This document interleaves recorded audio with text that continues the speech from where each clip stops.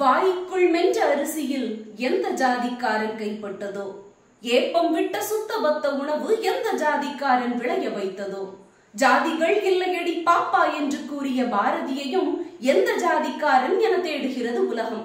இப்பொழுதெல்லாம் ஊர் பெயர் கேட்பதே ஜாதி பெயர் அறியத்தான் என்பதை அறியாமலேயே உளறுகிறோம். கல்லறைகளில் தொடங்கிய ஜாதிய வெறியாட்டம் இன்று ஆலய பீடம் வரை முழக்கம். அவலத்தில் தமிழ்நாடு கத்தோலிக்க இளைஞர் இயக்கம். வளரும் தலைமுறையை பட்டை தீட்ட கொடுக்கப்பட்ட பக்குவமான சிந்தனை. ஜாதிய வன்கொடுமைகள் இல்லா இளைஞர் இந்தியா. என் உரை தீர்ப்புக்கும் தீர்வுக்குமான உரை. ஜாதிய கரைகளை பட்டியலிட்டு நான் எந்த ஜாதி என நீங்கள் தேடுவதை விட இளையோர் சக்தியின் இதயங்களை தூறுவார வந்திருக்கிறேன். 1. சட்டங்களை கையில் எடுப்போம். அம்பேத்கரின் புதுப்பாதையின் கனவுகள் இன்னும் சிறு எச்சமாவது இருக்குமானால் சிறுபட்டியல் உங்கள் சிந்தனைக்கு. 2019 1144, 2020 1274, 2021 5 மாவட்டங்கள் பட்டியல் கொடுக்க மறுத்த போதும் 1272. புரியவில்லையா?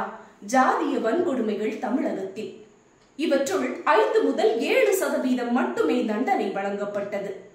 குற்றப்பத்திரிகை தாக்கப்பட்ட 2 மாதங்களுக்குள் தீர்ப்பு வழங்க வேண்டும் என்கிறது 2015 சட்ட திருத்த மசோதா. மறை மாவட்டத்திற்கு 10 இளைஞர்கள் இந்த வழக்குகளை ஏற்கும் வழக்கறிஞர்களானால் ஜாதி இல்லா தமிழகம் தலை நிமிரும். 2. கரையில்லா கல்வி கற்போம், ஆசிரியர் பணியாற்றுவோம். அசிங்கத்தை அகற்றும் ஆசிரியர் பணியில் இளையோர் ஆர்வமாய் செல்வோம். 2023 நடுவக்குறிச்சி முதல் நாங்குநேரி வரை என்ற கட்டுரையை வாசிக்கையில் கதிகலங்கி போனேன். கருவறையின் குழந்தை முதல் இடுகாட்டுக்கு செல்லும் இறுதி ஊர்வலம் வரை ஜாதி. பாலர் பள்ளி முதல் பண்பட்ட பெரும் கல்லூரி வரை ஜாதிய ஏற்றத்தாழ்வுகள். இளையோர்களே, பொறுப்பேற்போம், பெரும் பங்காற்றுவோம்.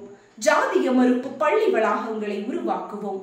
ஜாதிய தீமைகளை வேறறுக்கும் அறிவு புரட்சி வந்துவிட்டால் போலிகள் எல்லாம் புடமிடப்படுவார்கள். 3. இளையோர்களே, மனப்பயிற்சியில் பங்கு பெறுவோம். உடற்பயிற்சியில் உலவி வரும் திடம் கொண்ட இளையோர் மனப்பயிற்சி பெற்றுவிட்டால் குழப்பும் அதிகார வர்க்கத்தின் ஜாதிய புரளிகளை இனம் கண்டுகொண்டு புதுமை உலகை படைக்கலாம். 4. வன்மம் தவிர்ப்போம். ஆதிக்க வெறியும் விவாதத்தில் துவங்கிய பேச்சுக்கள் விபரீதத்தில் முடிவதும் அழுக்கேறிய சுயநல பேச்சுக்களாம். இளையோர்களே, அறிவு இருந்தால் வன்மம் இல்லை. வன்மம் இல்லா இளையோர் தன்னேற்பையும் பெருநலனையும் அறிந்தவர்கள், ஜாதிய வன்கொடுமைகளை புரிபவர்கள் அல்ல. காலம் நெருங்குகையில் என் உரையின் கடைசி அத்தியாயத்தை கேளுங்கள்.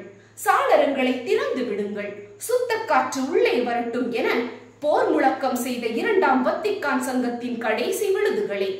பொறுப்புகளில் தொடங்கி பெருமைகளில் மரணிக்கும் ஜாதியத்திற்கு சாவு மணி அடிக்க வளரும் திரு அவையை பறை முழக்கம் செய்வோம்.